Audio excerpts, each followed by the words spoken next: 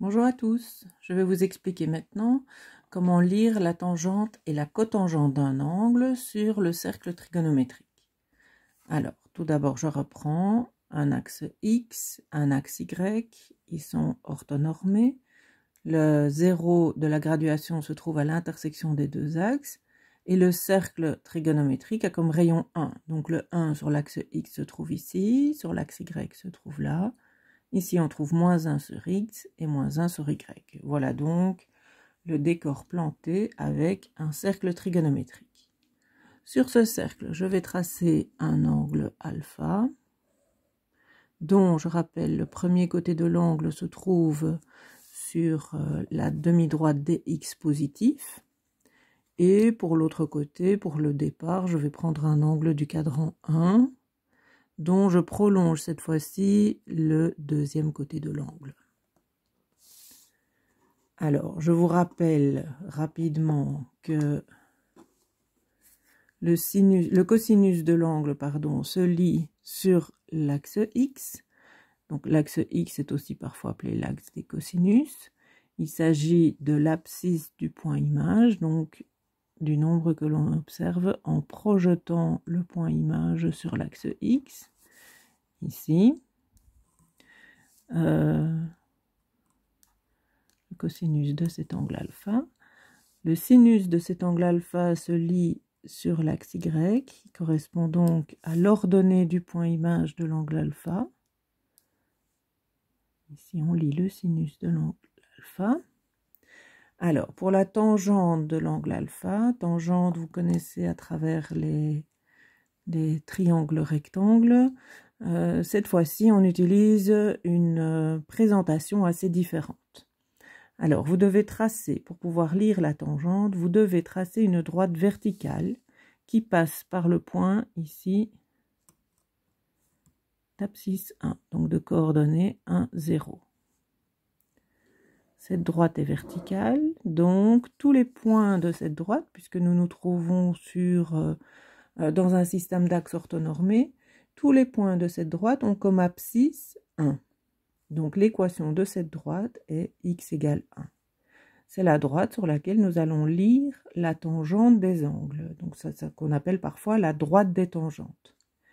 Alors, vous prenez le côté de l'angle que vous avez prolongé et à l'endroit où le côté coupe la droite des tangentes, on lit la tangente d'alpha.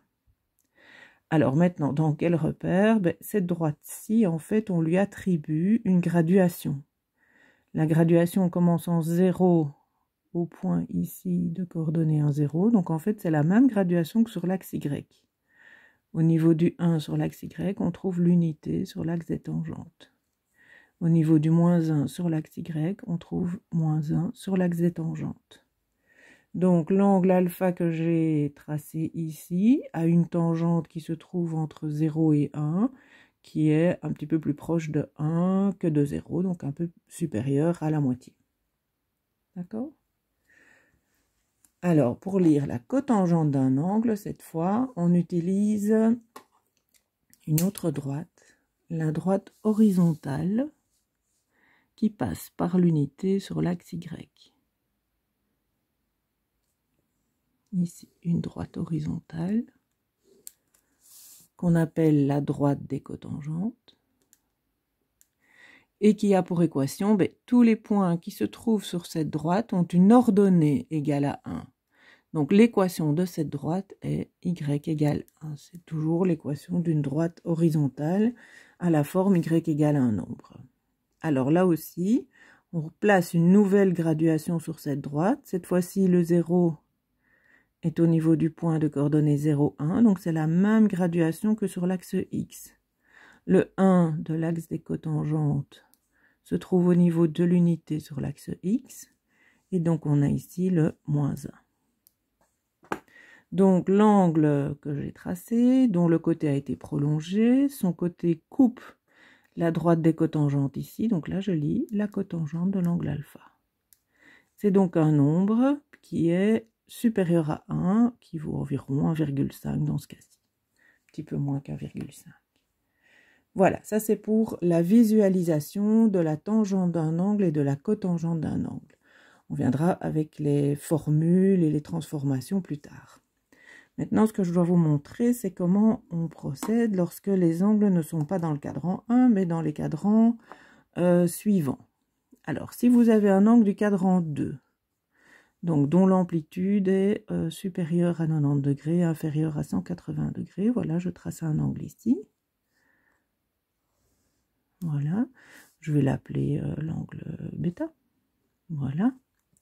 Alors, le côté de cet angle ne coupe pas la droite des tangentes. Donc, ce que vous devez faire, c'est prolonger le côté de l'angle jusqu'à ce qu'il coupe la droite des tangentes. Et donc, la tangente de cet angle bêta se lie ici. Cette fois-ci, elle est, si vous voulez, ici du côté négatif. Et elle est au-delà du moins 1. Donc, elle vaut environ moins 1,3 ou quelque chose comme ça. Vous voyez?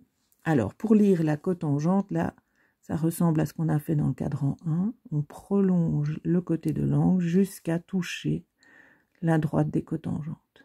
La cotangente de bêta se lit ici. C'est un nombre compris entre 0 et moins 1. Donc, il est aussi négatif.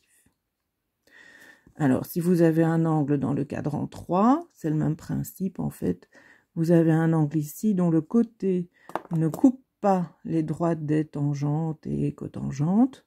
Donc, vous devez le prolonger. Vous devez prolonger ce côté jusqu'à couper les deux axes. Voilà, donc pour cet angle que je vais appeler gamma, vous avez ici, vous coupez la droite des cotangentes, donc vous avez la cotangente de gamma. Vous coupez la droite des tangentes ici, vous lisez la tangente de l'angle gamma. Voilà, alors ce sont des nombres cette fois-ci positifs. La cotangente est légèrement inférieure à 1, puisqu'on est entre 0 et 1. La tangente, elle, est supérieure à 1, puisqu'on est au-delà du 1. Voilà, avec cette explication, vous pouvez terminer l'exercice 2, ce que j'attends de vous pour bientôt. Bon travail!